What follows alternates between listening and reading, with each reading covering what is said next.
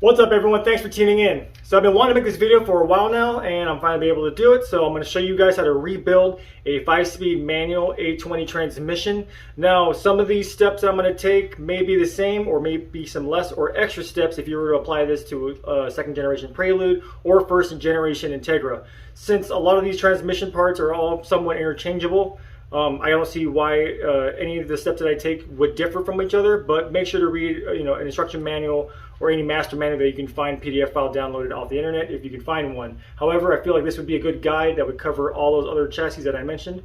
And let's get started on showing you the parts you're going to need for the rebuild and some extra stuff that maybe you should consider adding on if you plan on adding more power to the engine.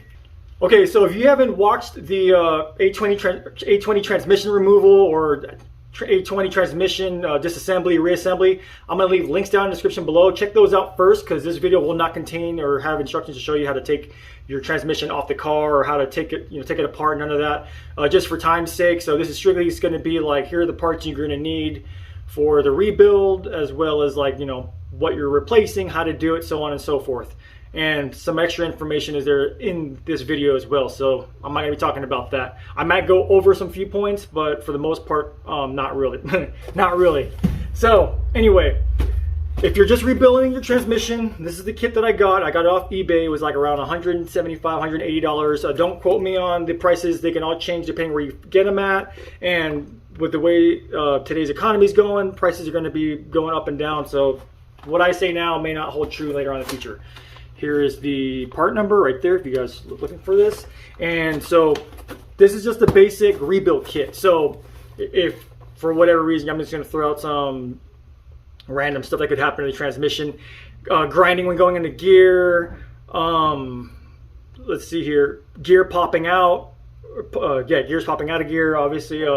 No gear at all, which actually I don't know if everything in here would fix that. Severe transmission leaks. It sounds like rocks are being rolled around your transmission until you press down your clutch and that sound goes away. Those are that's like the bearing that's going out, so inside. And yeah, just pretty much anything to where the transmission is not working as good as it used to be. This kit should solve your problems unless you have no gear, which you basically blew up your gears, or possibly if you're really taking this car out for pushing it through the limits, you probably snap the diff pin as well, which I'll get in that. So anyway, starting with this is your basic rebuild, which most of you people are going to want. What you get is this, vacuum sealed. You got your seals, bearings, synchros, just pretty much everything. I'm going to go through it here later on in the video, pretty much of what's in this, and then how to take it off from the old transmission, so on and so forth. What also came with this, which is what I was actually pretty surprised, was this gasket set. So there's the gasket part number. So this, obviously the big one is for the Halfcase and Bellhousing when they mate together, and the small one is for 5th gear. And that black cover, that covers 5th gear. Now I'm going to use this. If you guys don't want to use gaskets and you want to use some sort of like high temperature sealer, Honda Bond's what I recommend, what I've used. It works. If you want to use something else that's pretty much the same thing but not Honda Bond, go for it, like black RTV or whatever. Pick your poison on that. And as far as rebuild stuff goes, I'm going to check. I don't know if it comes with a throwout bearing. I'm sure it does. Yeah, that's pretty much about it for as far as just a basic rebuild. Now, as far as upgrades go, before I start talking about upgrades, don't hold me accountable if you follow all the upgraded steps that I've done to this transmission and it ends up failing you. This is the best way I can think of for years from talking to different people and looking through other platforms of how they've been upgraded to the best. So the weakest link in the A20 for all of it is the transmission. The diff pins, they just don't last. They snap after a couple of runs down at the track, and especially if you're running on slicks or weak axles, like somewhere down the chain of that is going to break. And if anything internal is going to break, it's going to be the diff pin. So to solve that, so what you're looking at right here, this is a diff from a old school B16 or B18A transmission. I don't know. The transmission was just free. It was given to me. They told me 3rd gear was grinding, which is pretty common. But under further inspection, I noticed it has this phantom grip style. I'm not going to call it an LSD, but it has a phantom grip locker. Now, normally I've heard hit or miss on these things. So this whole unit right here is going to definitely be an upgrade from the A20. worst case scenario, this doesn't work. But best case scenario, B series diffs are stronger than A series for sure. Is it like from night and day? No, not really. But I mean, I've seen boosted B series 300 horsepower on up daily driven beaten not or live significantly, you know, more than you would if you were to do this on an A series. But then again, there really isn't too many, you know, built boosted A series daily driven, you know, boosted being, you know, like driven hard on a daily basis and have survived that I know of. So anyway, I'll show you what needs to be done for this.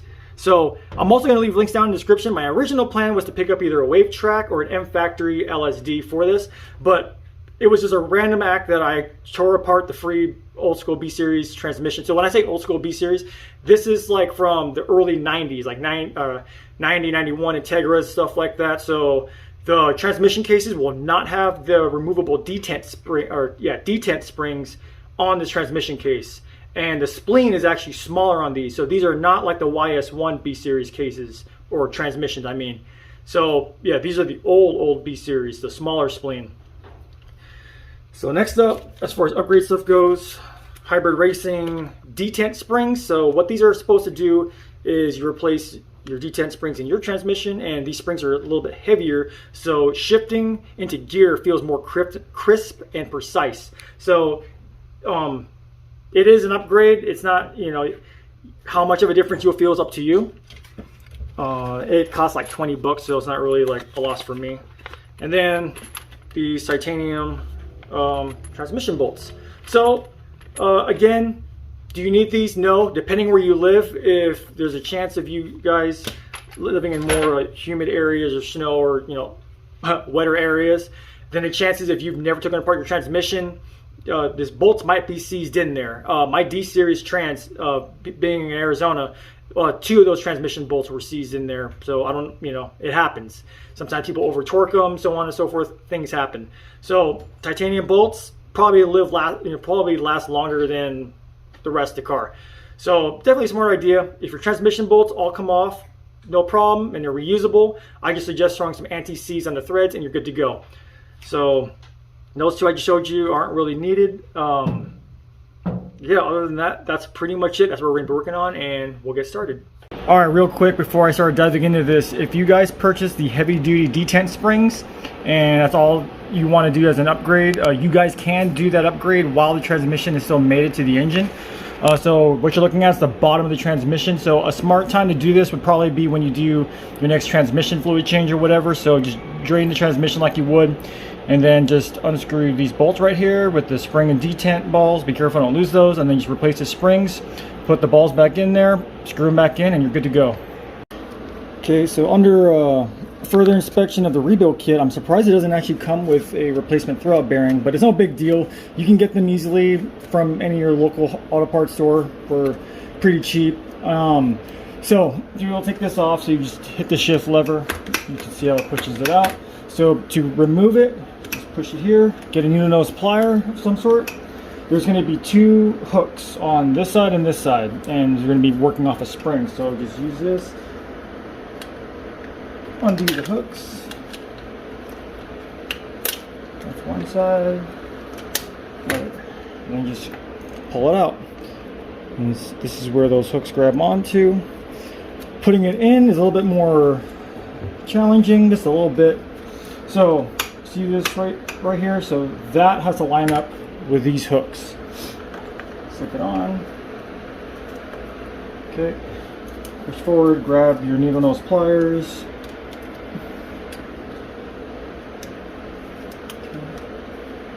Got one side. No. See this? So this is what happens if you don't have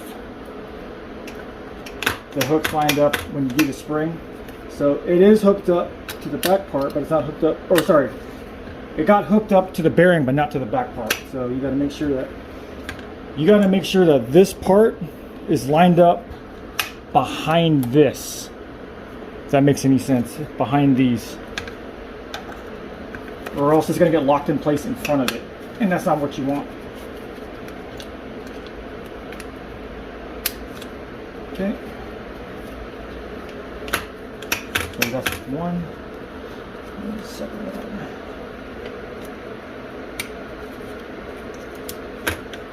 Boom, just like that.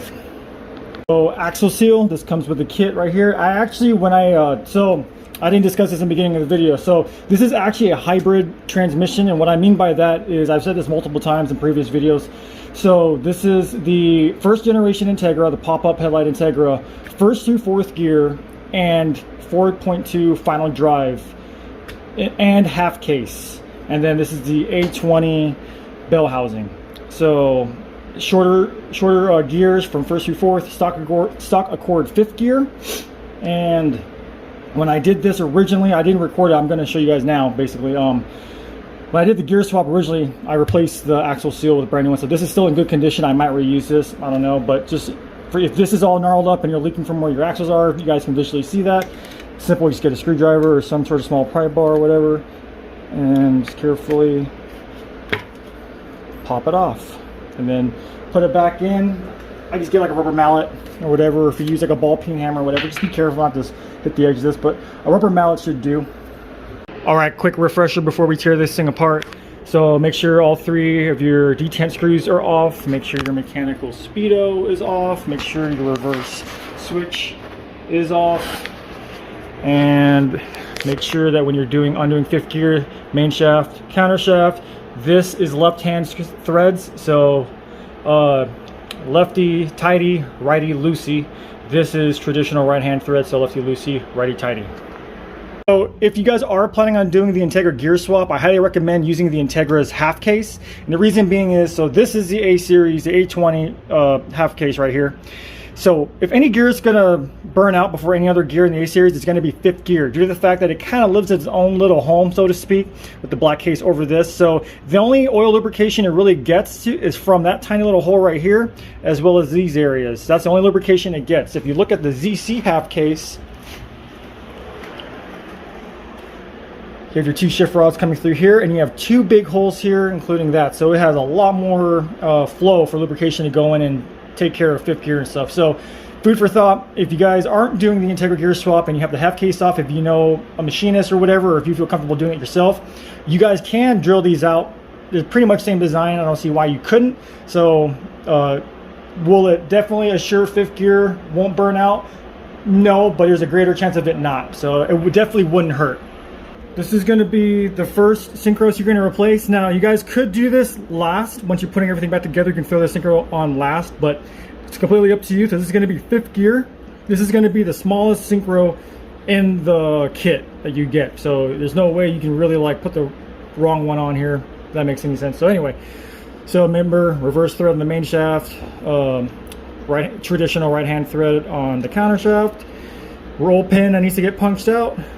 Carefully lift this up, put it aside.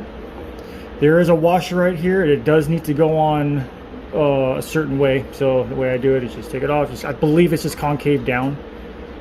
Take that off. And then here's your first fifth gear Synchro. So the kit, you see a little wire right there, a little small ring right there, that makes any sense. So that does not come with the kit. You're going to have to remove that and put it on the new Synchros. So I'm going to do that. You just slides right off just like that. Here's the new one.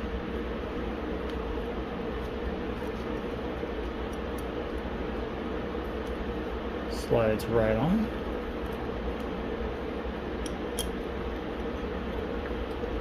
Put it in like so. And let's just say you guys decide to do this last.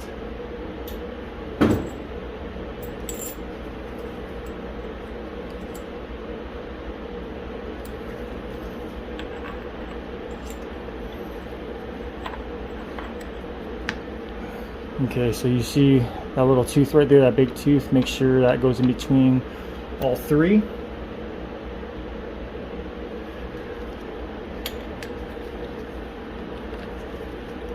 Sometimes this can get really tricky. Or no, for me, it's only tricky while I'm trying to do it with the camera on. Alright, for time's sake, this slips on. It has to be slipped on with the fork on it already. And that's that. Okay, I'm gonna continue to remove all this stuff. Sorry about the shaking camera, guys. Get it lift up.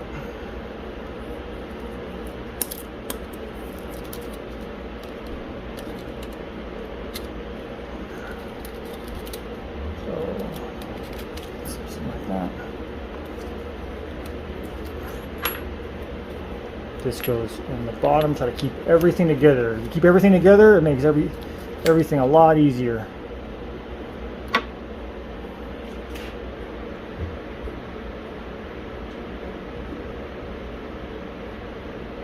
Just be careful when you take these off. Make sure you got all these little washers right here. They do go on a certain way, so just be mindful when taking them off. And if you guys want to, recording this or having down like a piece of cardboard or a sheet to where you can label down exactly what everything is in what order, feel free to do so. Definitely, you know, in case it'll help you with headaches in later on future. Unless you've done this a million times, then what are you doing watching this? Okay, everything's Halfcase is taken off. So first thing is you're going to be your roller bearing. So it slides off. Just going to call it and go back. Here's the new one. Here's the old one.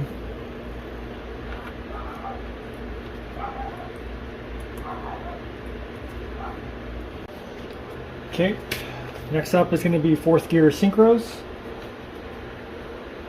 This.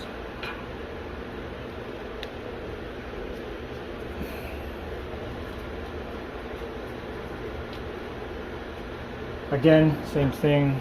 Make sure to get the wire. Or sorry, I don't know. I keep saying wire, but that little ring right there goes onto the new synchros.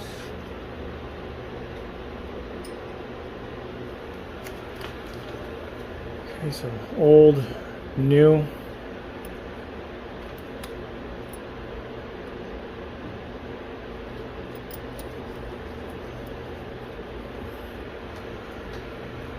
So, oh no, my bad.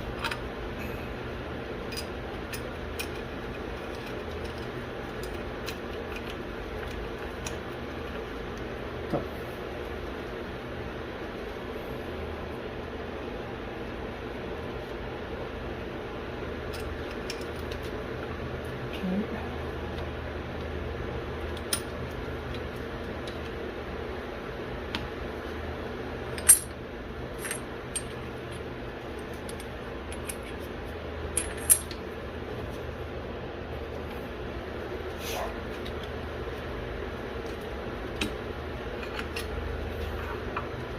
Now I'm going to grab third gear synchro.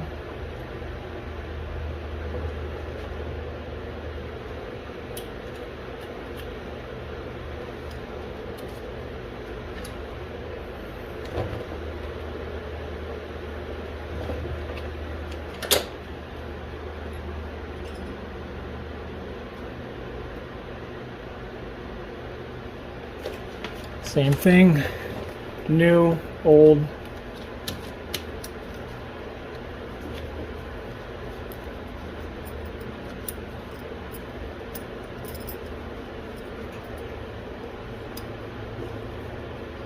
Make sure it's flush.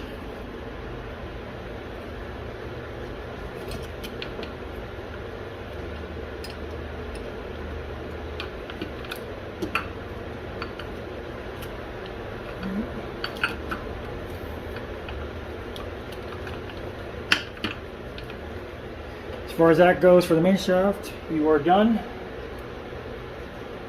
Put everything back on. Whoop. That ain't good. Nah, should be fine.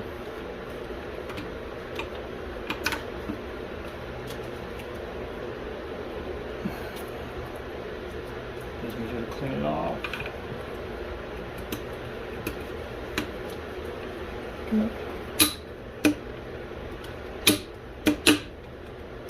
Okay, good to go on that. Okay, now for the countershaft, we're going to do second and first gear synchros.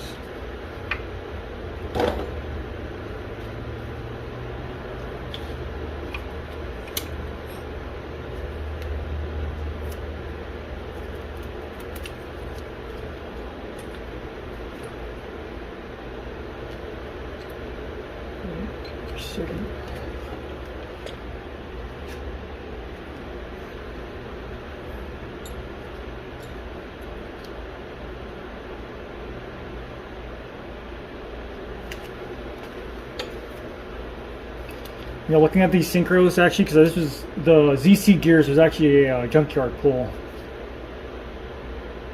and honestly, these, in comparing to the new synchros, they actually don't look that bad, but it doesn't hurt. So I definitely keep these synchros just, you know, for a rainy day. Now moving on to first gear.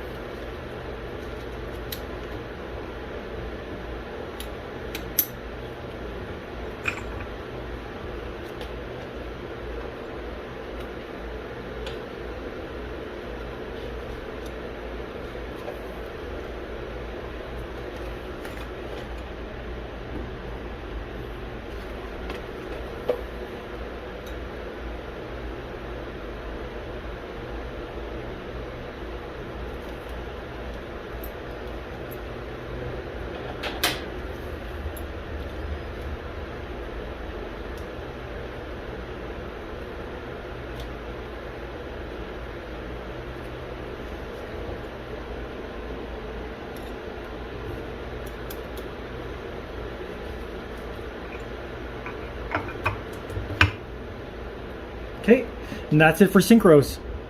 If you guys want to test them to see, make sure everything's engaging right, just go ahead and test them like that for each and every synchros in each gear.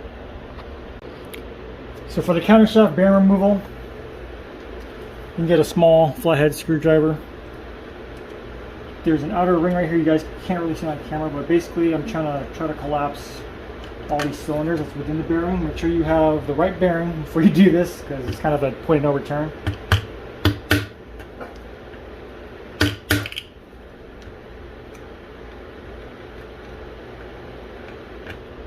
Okay, to get the the countershaft bearing out, this seems kind of cavemanish, but if you have a spare one, then it shouldn't be a problem. Get like a flathead screwdriver, put in between right here. You can see this. Hammer it down. One of these locks should fall in place, and then you should be able to just grab this and then lift it up, and it's out. So basically, by moving this down, you lose a bearing, but all the tension that's like spread out on this thing shrinks. So that's how I was taught. I'm sure there's better ways of doing it, but it works. Okay, and then to reinstall a new countershaft bearing, make sure this cap right here comes off. Make sure you clean it. Make sure everything underneath is clean. Make sure the whole area is clean. Pretty much, you want this whole transmission as clean as possible prior to installing everything back in, as well as all the new parts for obvious reasons. Now what I'm going to do, just for some comfort, just going to add a little bit of oil.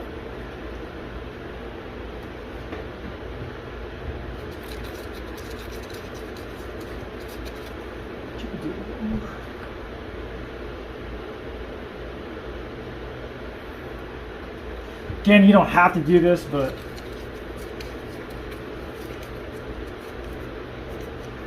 better safe than sorry. Okay.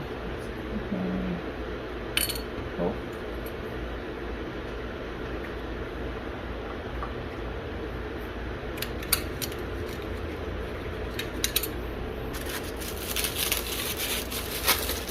Get the new countershaft bearing. Okay, so here's the original one that's all banged up, and here's the new one. So if you could see, the two holes facing up, other side has writing on it without the two holes. So two holes facing upwards towards you, writing facing downward towards the case. Actually, put some oil on this as well.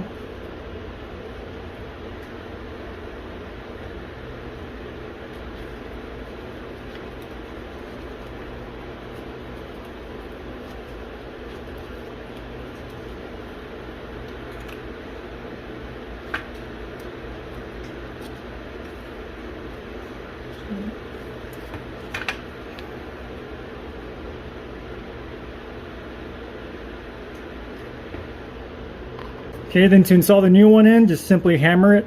Just be very careful not to hit the casing. If you guys want to, you can get the old one then on top.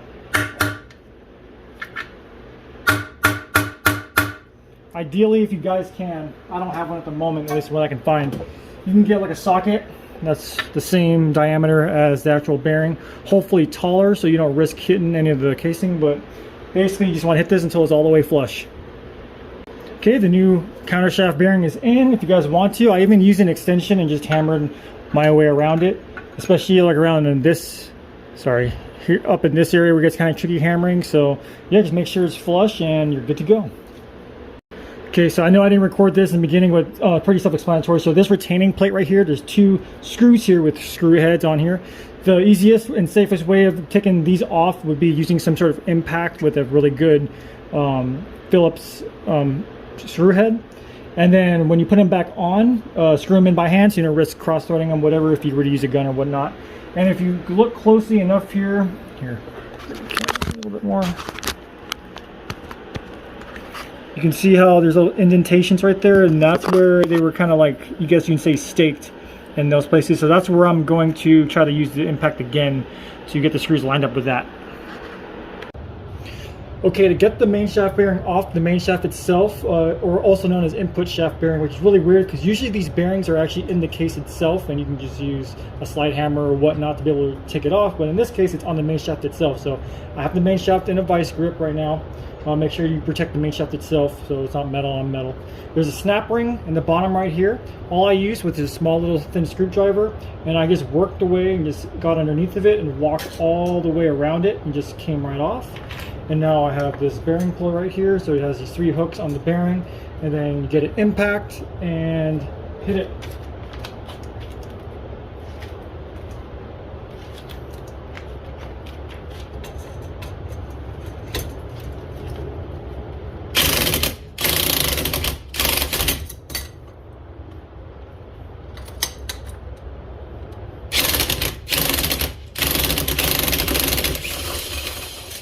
There you go.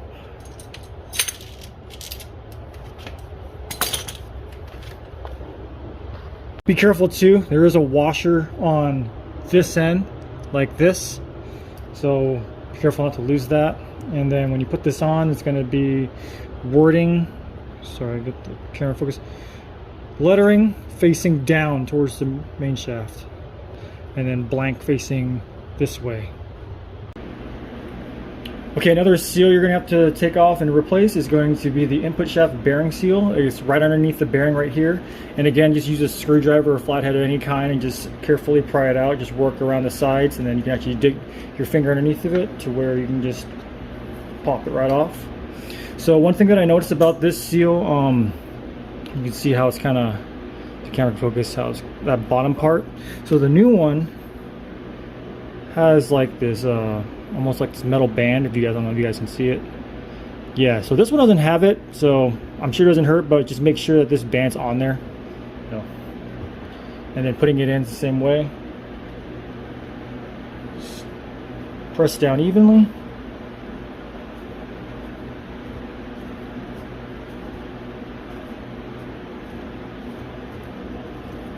And then you're good to go. Okay, so the next part we're going to work on is this shifter mechanism right here. And the reason why you want to take this off is so you can change this seal right here. It's just a cover of it. This is the actual seal we're going to replace. So you're going to have 3 10mm bolts right here. I already broke them loose.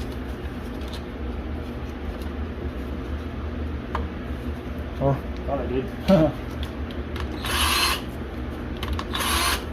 There we go.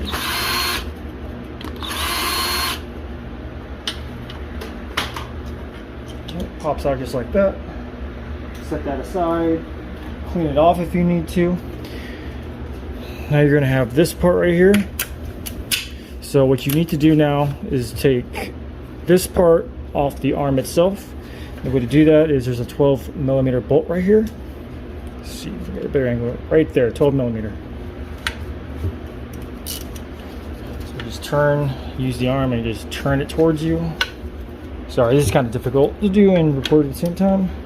I already broke this loose as well, so the whole thing can go a bit quicker. Okay, that washer dropped in there, so make sure to grab that. Alright, so this is where it gets kind of tricky. Well, not tricky, just be careful. So you see that hole right here?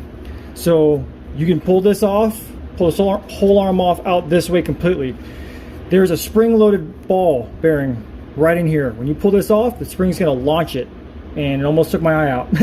So just put your hand over here, or just be mindful that when you pull this out completely, that spring's gonna shoot that ball out, that detent ball.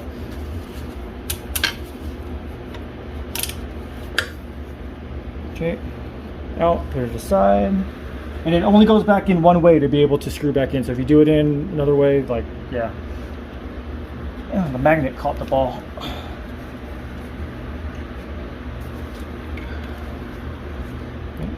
There it is. And in case you get confused, it is the same size as all the other detent springs, or detent spring bearings, balls, whatever. And yep, there's a spring in there. Just be mindful. It hasn't fallen out, but if you have to flip this over, just keep in mind that it might fall out. Okay, so take this part out, and then I'm going to grab the washer for that bolt. Put it aside. And now you're left with this. Now, take this out. All we got to do is just pry it off.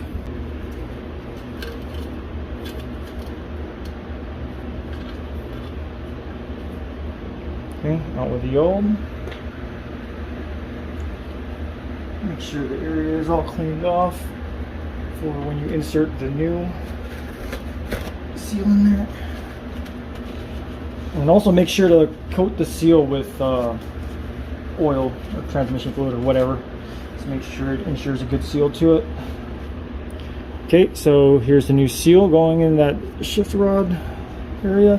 Now, if you can look real carefully, I don't know if you'll be able to see it on camera, there is also a metal band in there, so just be careful not to lose that for whatever reason in case it comes out.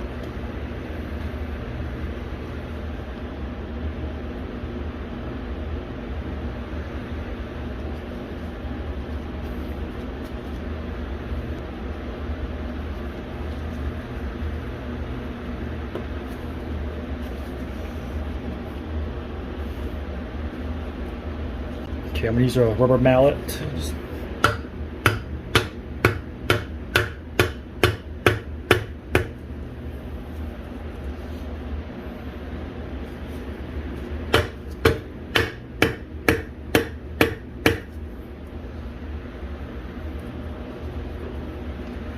a bit more.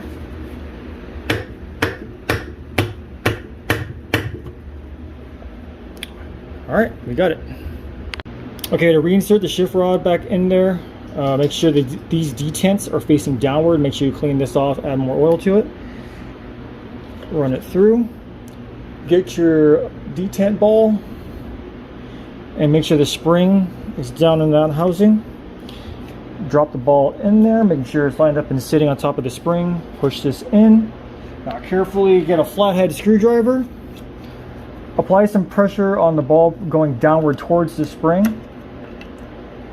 Push this rod in to where that ball goes underneath of it. Pull it back out, push, and you should hear click. Okay? If you don't do that, then the ball will just be pushed this way. So I'm going to push this rod back, but not all the way out. Just about that far. Just so I know if I can put that other part in there. Okay, so we're going to be grabbing this hole right there.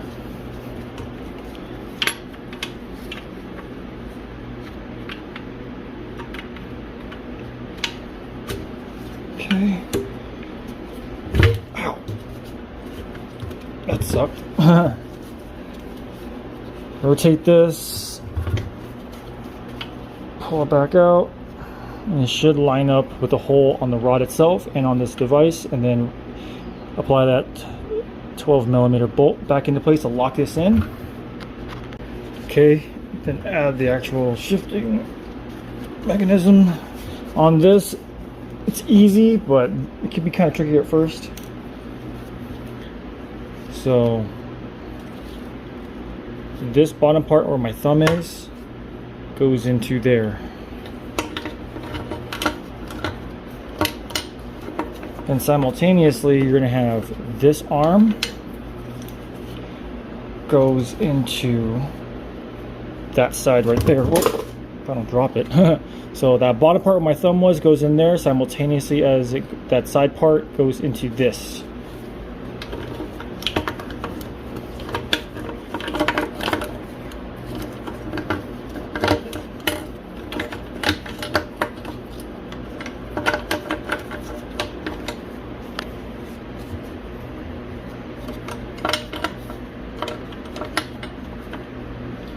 Okay, and if everything falls into place, then this bottom part right here, where you screw in your three 10mm bolts, should lay flush on the transmission. Okay, and then also one key thing too. So this bolt right here is going to be torqued down to 22 foot-pounds, and then the three 10mm bolts right here are torqued down to 13 foot-pounds. Also, another thing, so these three bolts, there's going to be two long bolts and one short bolt. The short bolt's going to go here in the center, and then the two long goes here on the sides.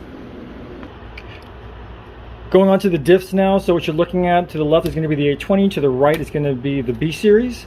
So this is technically the first generation Integra diff. So what we're going to need to do is swap ring gears. So what I mean by that is this ring gear, along with the main shaft of what's inside the A20 transmission, that is all technically the Integras, the first gen Integras, the ZC, because that's the 4.2 final drive. So you guys probably can't visually tell, but this ring gear in diameter is bigger than this. However, this will bolt up to this, and I'll show you guys here in a second. So the steps that we're going to need to take right now is basically swap ring gear. So put the A series ring gear onto the B series diff. I'm going to put the new bearings that I got. They will fit on the B series. I already looked at them, and they will go in the front and rear. We also need to swap Speedo gears onto the B series diff. So I'll show you everything needs to take place to be able to do that. There's the phantom grip. So there should have been a better representation. B series with phantom grip, A series open diff with diff pin, and that thing is weak ASF. So I'll show you guys how to do all that, and we'll begin right now.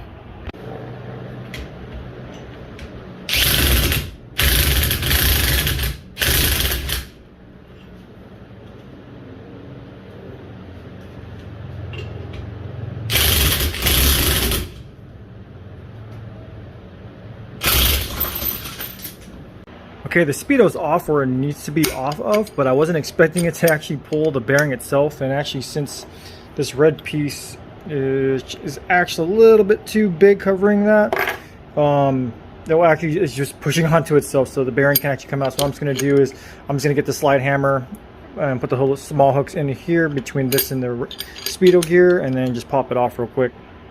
Alright, so I'm going to show you how I'm going to use a slide hammer to remove the bearing off the diff. Shout out to Monkey Mike from Monkey Wrenching for letting me borrow it. So you have all these different kinds of stuff that you come with depending on what kind of slide hammer you get. So these are the ones with 3 hooks, and it's kind of tricky.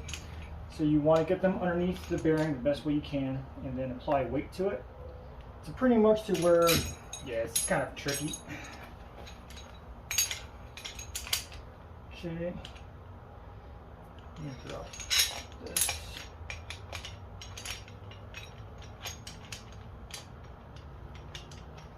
Okay, so where you're holding it up like this, and then it's going to take a couple tries. The bearing did move, in fact. Make sure that when you have this, have something soft underneath the diff so it's not just like hitting concrete or whatever. I mean, it should be fine, but still, the less, damage it takes, better for impact, if that makes any sense.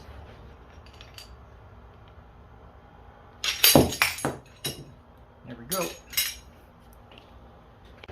Alrighty, there we have it. Slide hammer took off the bearing as well as the Speedo gear off. Now I marked it with that white mark right there just so I know which ways, which way it's facing. So the side that doesn't have the black marks is facing the diff, and then the white's facing away from that. Okay, so the next step is going to be loosening the ring gear, or the ring gear off the diff, and just going to undo all these bolts. Now these bolts are left-hand thread, so righty loosey, lefty tighty, and I'm going to loosen them up in a star pattern. I'm sure it doesn't really matter, but as I said before in previous videos, just uneven or even tension across a circular thing just makes me feel at ease doing it like that. So these are going to be 14mm bolts, and here we go.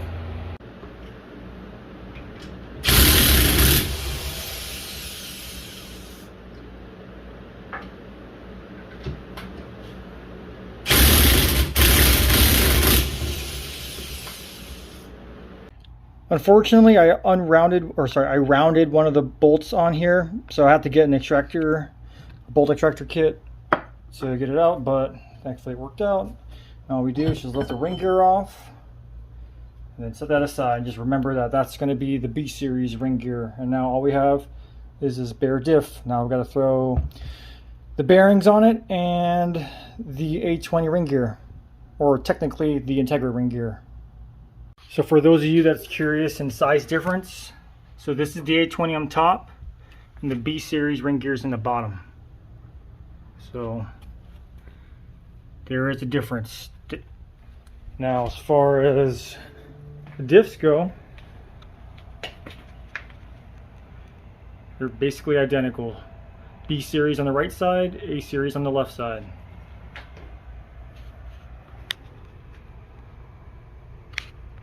I'm going to proceed to put the Speedo ring gear on the B series diff. So basically this thing sits on this surface right here. So make sure that the Speedo gear itself as well as the diff surface is clean. Add a light coat of oil on here. Now this is the same diameter as the B series one, but I really don't want to find out whether, you know, how much difference or if there isn't any difference on. I would hate to take apart a whole transmission just to change it again if there's any inaccuracies of that.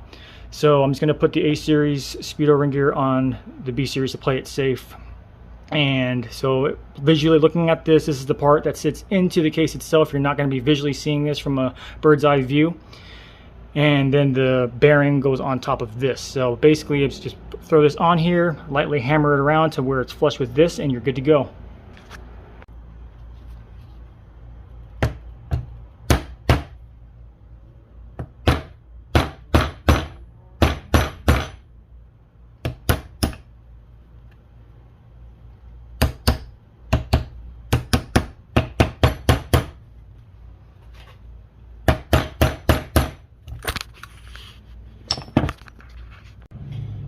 Give a quick inspection of it, make sure it's all level, that top surface right there, and that it's flush on both sides, and that's good to go. So moving on to the bearing, make sure you got your new bearing, make sure it's all cleaned up, good to go. The words are going to be facing you. The side without anything is going to be facing downwards towards the diff. Make sure this surface area is clean as well as the inside of this is clean. Add a film of oil and you should be good to go. And the ideal way of doing this, if you don't have a press, which I'm going to assume most of you watching do not, have like a socket and just put it on top of here and then just hammer it to where you can get an even amount of pressure going to press it down during the strikes. If you don't, you guys can just hammer it in little increments. You don't have to go full whammy at it, just to work it down to where it's all the way flush with this ring area right here, this polished area, and you should be good to go on that.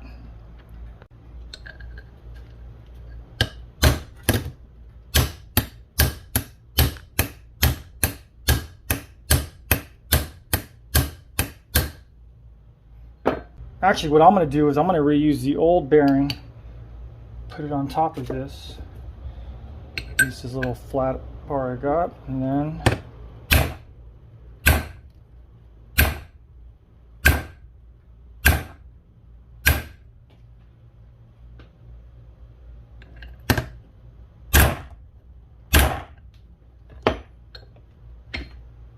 wouldn't that be fun if I got both bearings stuck on there? And we're good to go. Okay, for the other side, same exact process. I'm not going to film it, so just make sure this area is clean, add a little bit of oil, and press it on. Okay, so A series or Integra ring gear on the B series diff. The side you want to go down is this side. The chamfered side faces the diff. The opposite side's just edge, lip. There's no lip or chamfer side like that. Just keep in mind. down like that. Okay. Bolts, left hand thread, lefty tighty, righty loosey. Add a coat of oil on them because these things are going to get tightened down to 74 foot-pounds of torque. The diff is done. All these are torqued down to 74 foot-pounds, which was a lot harder than I thought. Best advice I can give to you is have a very good tight table vise, and make sure that table vise is mounted to something very stable. You're going to have to crank this thing down to keep this thing from moving, especially for 74 foot-pounds. But we got it done, so time to put everything back together. Okay, main shaft bearing. So traditionally, normally we would just put this in the case and just drop in, and then the main shaft should just drop in this bearing, no problem. But since this is A series stuff, got to be different. So it's gonna go in like this. So the Japanese, all the lettering where it says Japan faces towards the gears, if that makes any sense. And then it's gonna have to be hammered away. Now we can get creative with it however you want. This is how I'm going to do it. So I'm going to get the diff bearing because the diameter of this is actually bigger than the shaft itself. So I don't have to worry about if I use the same old one, the old bearing, and did it on this, and they'll both get stuck on there, and that's not what I want. So what I'll just end up doing is using this because this won't get stuck on the main shaft because the diameter of the inside is bigger. However, it doesn't really help me out because I got, you know, all that. So I got this pipe reducer. Just going to put it up on to here like that. Get that iron bar or anything that would work, and then hammer it down to where this bearing is flush up against this gear. And then once that's flush with that, we're going to put this washer on the bottom portion of it. So it's going to be like this, and then we're going to lock it in place with this clip right here, and that clip is going to lock into right here. So I'm going to proceed on hammering this away and show you the final product. All right, we got it. Worked just as planned. Now I'm going to get the washer on there, get the clip. I'm probably going to have to, oh, nope.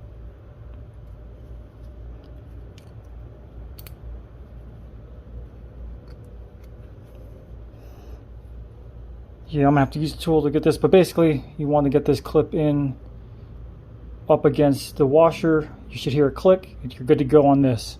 Just about done putting it all back together. Just a reminder, torque these things down 13 foot-pounds, and then retaining bracket for the main shaft bearing, 3 of them. You can do these to 21 foot-pounds. Alrighty, so taking out the countershaft bearing was the hardest thing out of this entire rebuild. And Monkey Mike came over and let me borrow his slide hammer and stuff like that. So the instructions say to expand the snap ring, expand, not push in. In fact, when you do it, I'll show you, you cannot push it in while it's on the bearing. So the only thing we came up with was one of us pry, one of us use the slide hammer to get it out.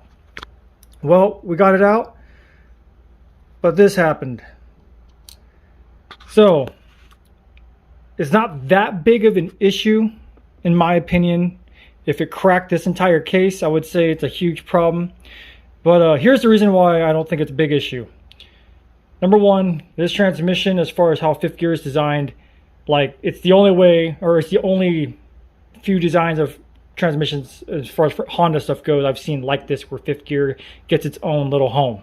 Unlike B series, D series and stuff, where literally the whole casing goes around all of it. So I don't see this as a big issue. Like on their further inspection, there really isn't any more damage I can see that would like kind of, you know, that would fracture anywhere else to make this worse. Best case scenario, and what I'm planning on doing, is just hit up one of my buddies and have them just weld this back into place and then sand it down. This is aluminum, so I can't just get a normal welder, and I have zero experience in welding at all. So just two tacks right there, I would assume, and then it'd be sand, good to go. But I'm honestly not even scared to run it like this. I know a lot of you watching would highly disagree with me on this, but Again, I am planning on getting this fixed, but if you're in a pinch and this unfortunately does happen to you, I myself wouldn't be too worried. I mean, honestly, if this is your only car, I wouldn't recommend it. I would recommend you, at least getting a whole new half case if you can, or getting that repaired definitely. If this isn't your primary car, I'd say go for it and see how well it goes. Other than that, I'll show you guys how to put in the new countershaft bearing in this and go from there. Okay, so the first thing you want to do is put this clip snap ring in place inside the casing, and then get your bearing. Make sure to put oil, if you want to put lithium grease on the side, high temp stuff, that should be a good idea. Now you see this lip right here where the snap ring is going to sit into, so make sure when it goes in that this thicker part goes downward like that. Alright, so it's kind of hard, but so you spread out the snap ring, hammer in the bearing so it can slide under the bottom part so it slides up, and as soon as you hit set, you hear a click, it should be set.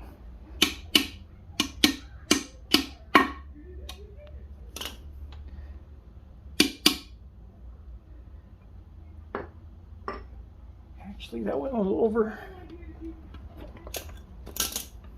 Okay, so I'll try to take advantage of this part being broken so you guys can kind of see how it works out.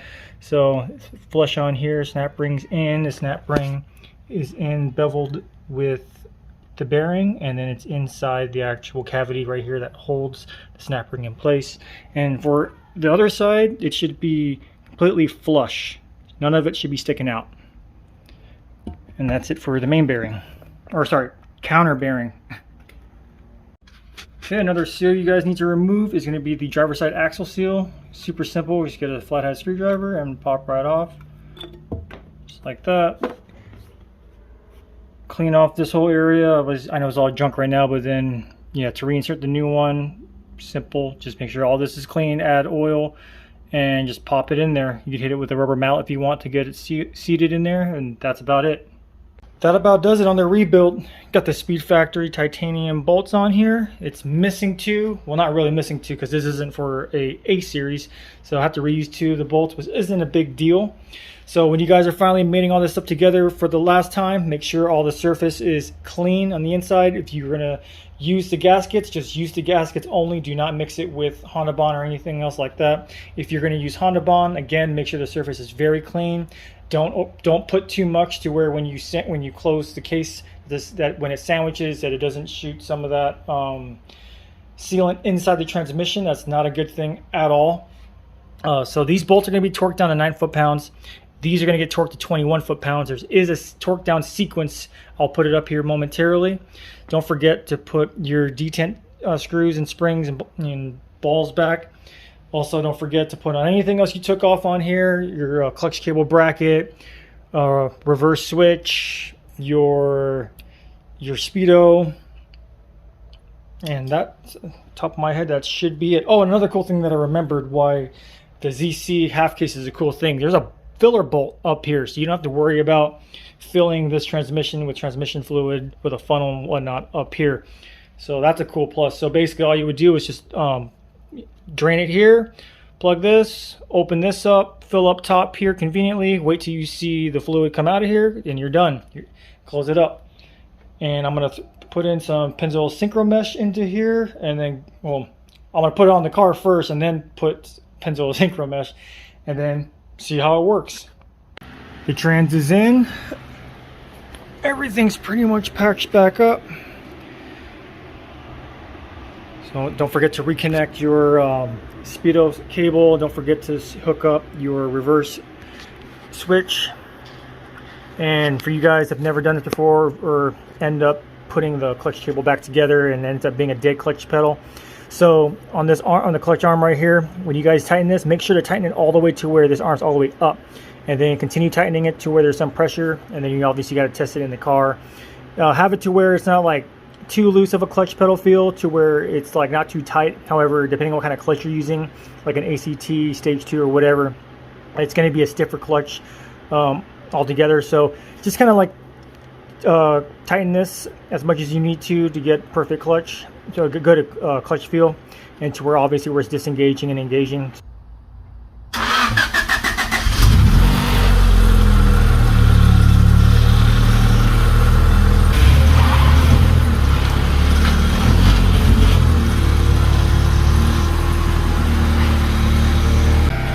Everything's working. As you saw, I went through all the gears, fourth through fifth. Reverse works, reverse lights work, no leaks.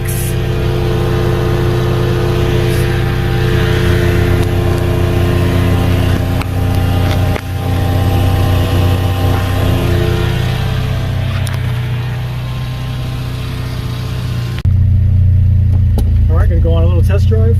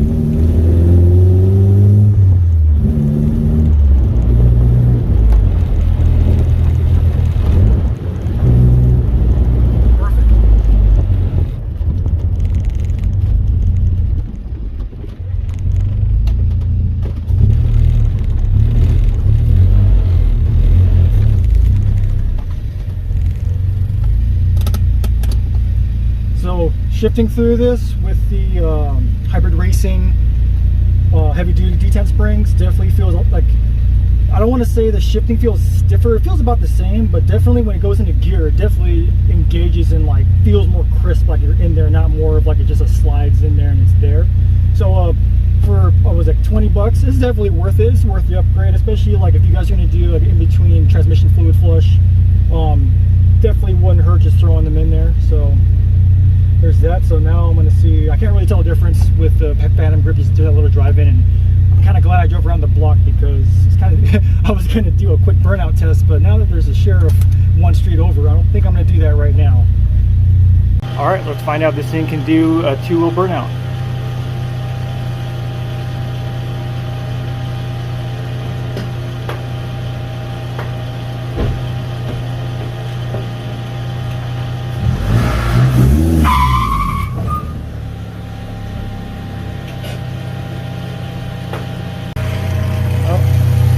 Burnout mark there. Burnout marks there. Looks like the Phantom grip works.